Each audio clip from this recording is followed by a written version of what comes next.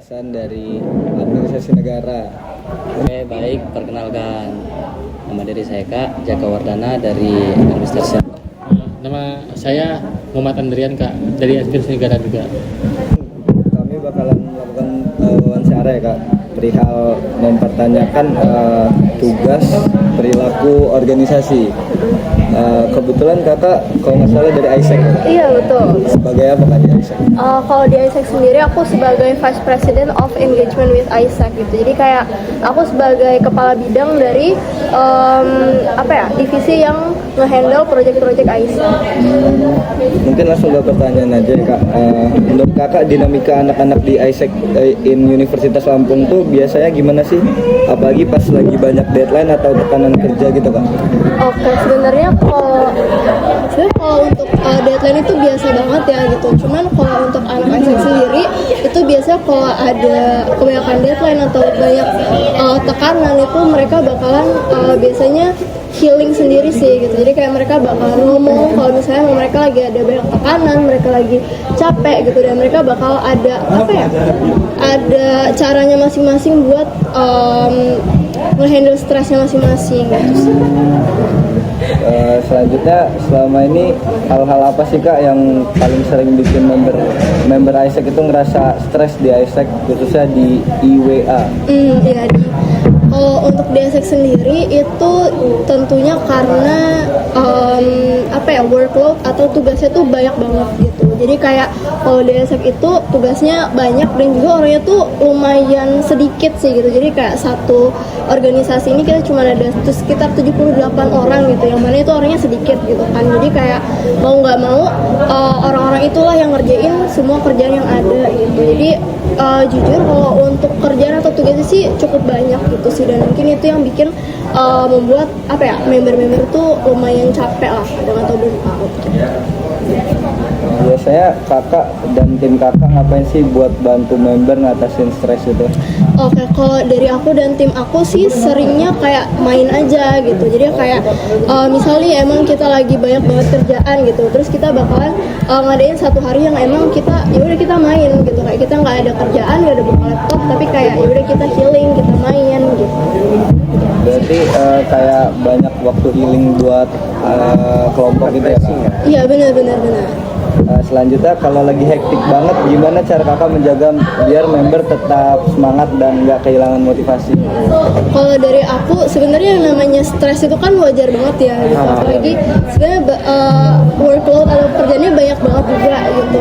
Nah kalau dari aku sendiri biasanya ya itu tadi gitu, kayak aku bakal ngasih waktu ke member-member aku, ke anggota-anggota aku gitu, dan ngasih pengertian kalau ya udah stres itu wajar lah gitu, dan nggak apa-apa banget kalau untuk kayak ambil waktu sejenak untuk dia healing sendiri atau mungkin dia me time sendiri gitu. Itu nggak apa banget sih, biasanya aku kayak gitu ke anggota-anggota aku. Berarti salah satu cara kakak buat ngilangin stres anggota itu kayak ngasih ruang mereka sendiri. Iya gitu betul ya? banget. Selanjutnya itu ada, menurut kakak motivasi tiap member tuh beda-beda nggak sih? Biasanya paling ngaruh itu faktor apa?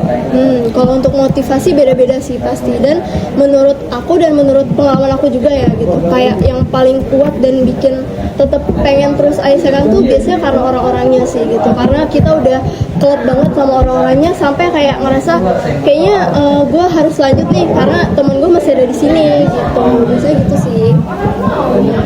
Mungkin lanjut nanya kak ya. Oke. Ini sebagai leader, kakak biasanya ngapain aja sih biar suasana tim itu tetap fun gitu, nggak canggung gitu?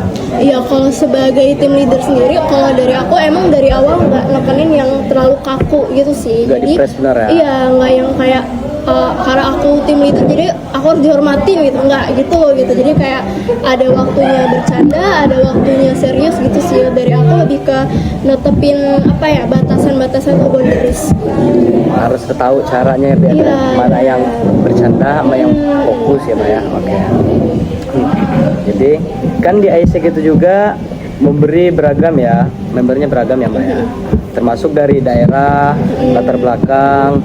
Gimana sih sebagai Mbak sebagai ketuanya itu untuk ngehadapin mereka semua yang berbagai latar macam itu?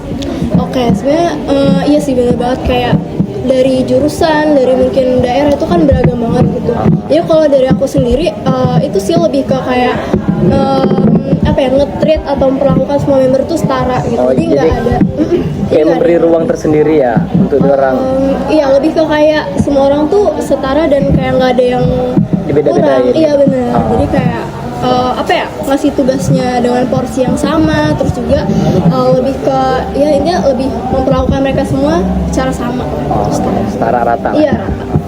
Oke, untuk pertanyaan selanjutnya, pernah nggak sih ada tantangan gara-gara perbedaan latar belakang, misalnya cara komunikasi atau kebiasaan kerja, biasanya di handle atau gimana Pak? Kalau untuk tantangan sih mungkin lebih ke bahasa atau istilah ya, karena kalau Isaac itu kan ada istilah-istilah yang kayak beda gitu kan, kayak istilah-istilah bahasa Beda. Inggris, maksudnya kayak bahasa Inggris yang kayak apa ya, asing lah ya gitu, terutama untuk member-member baru anggota yang baru masuk itu kan pasti kayak bingung gitu kan, karena banyak istilah yang kayak contohnya nih misalnya kayak kita lagi meeting kan, namanya tuh weekly meeting gitu, terus kayak misal kita lagi kumpul-kumpul namanya working hour gitu-gitu kan, maksudnya itu beda dari segi bahasa gitu kan, dan nggak semua latar belakang dari anggota kita itu sama gitu, jadi ada yang bingung awalnya kayak gimana sih adaptasinya gitu, karena ya dari bahasa dan komunikasinya itu beda gitu, jadi itu sih paling tantangannya gitu untuk nyesuaiin komunikasi di Isaac sendiri kayak gitu. Untuk pertanyaan selanjutnya, ini untuk menurut kakak, gimana sih caranya biar perbedaan itu justru jadi kekuatan, terus bukan malah jadi hambatan untuk mencapai tujuan bersama gitu?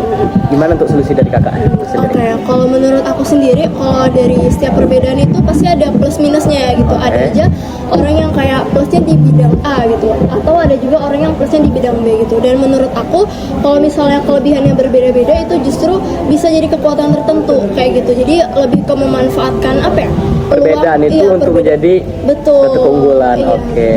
Jadi kayak dari perbedaan itu mungkin kita bisa meraih sesuatu yang lebih lah gitu, karena setiap orang keunggulan dan apa ya, kekurangannya tuh Kekurangan dan kelebihan itu berbeda-beda. Iya, betul. Oke, benar.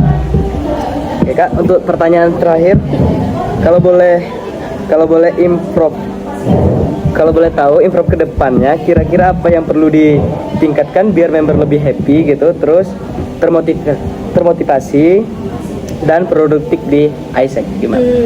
Kalau menurut aku apa ya, kalau untuk sekarang sih udah lumayan oke gitu. Udah ya. lumayan oke lah ya. Lumayan oke sih gitu. Cuman kalau untuk apa ya, mengurangi stres itu tadi, karena kan tadi aku bilang di Isaac tuh lumayan banyak ya kerjanya gitu. Dan menurut aku dari banyakin main aja sih, jujur gitu, banyakin ketemu, dan ketemunya tuh bukan yang kayak bahas kerjaan gitu, tapi lebih ke Buat ke have fun iya, gitu ya. have fun aja gitu. Aku itu lumayan membantu sih gitu, daripada ya kita ketemu yang bahas kerjaan doang gitu sih. Mungkin sekian dari pertanyaan kami berdua mbak ya. Cukup lah ya. Cukup. Dengar keluhmu malam nanti, saat semua tak jelas arahnya,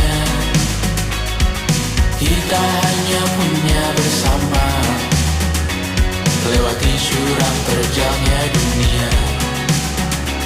Ramai sepi ini milik bersama, ramai sepi ini milik bersama. Kita sama-sama takkan kemana, selama kau ada aku tak apa. Apapun yang terjadi tidak apa. Melihat tawa tangis dan nisa, mendengar kabar berbagai macamnya. Kali ini kita belajar banyak, yang untuk kita ulangi nantinya. Saat semua tak jelas arahnya, kita hanya punya bersama, lewati syurang